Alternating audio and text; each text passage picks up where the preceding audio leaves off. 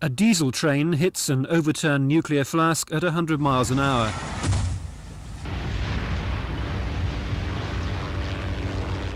Despite the tremendous impact, the flask survives intact.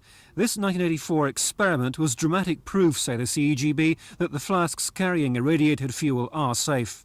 But it's not convinced Dr. John Large and his team, here with a scaled-down model of a flask, who've spent 6 months looking into their safety.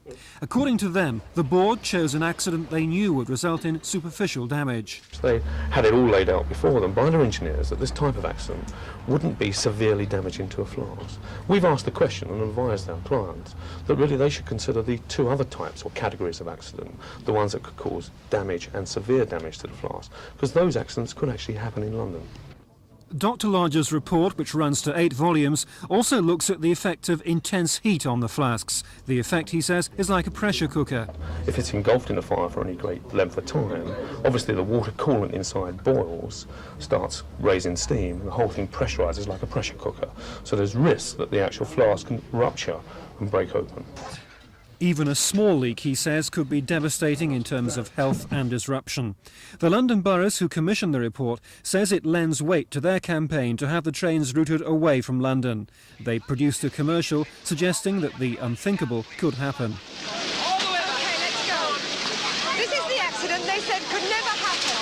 A flask containing nuclear waste, you can see it on the embankment behind me, has been involved in a derailment, and a fierce chemical fire has broken out.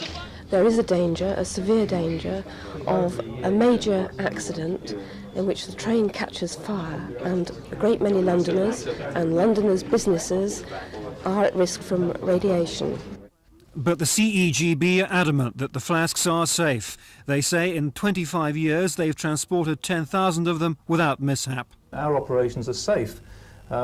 We're people like the rest of Londoners. I'm a Londoner myself.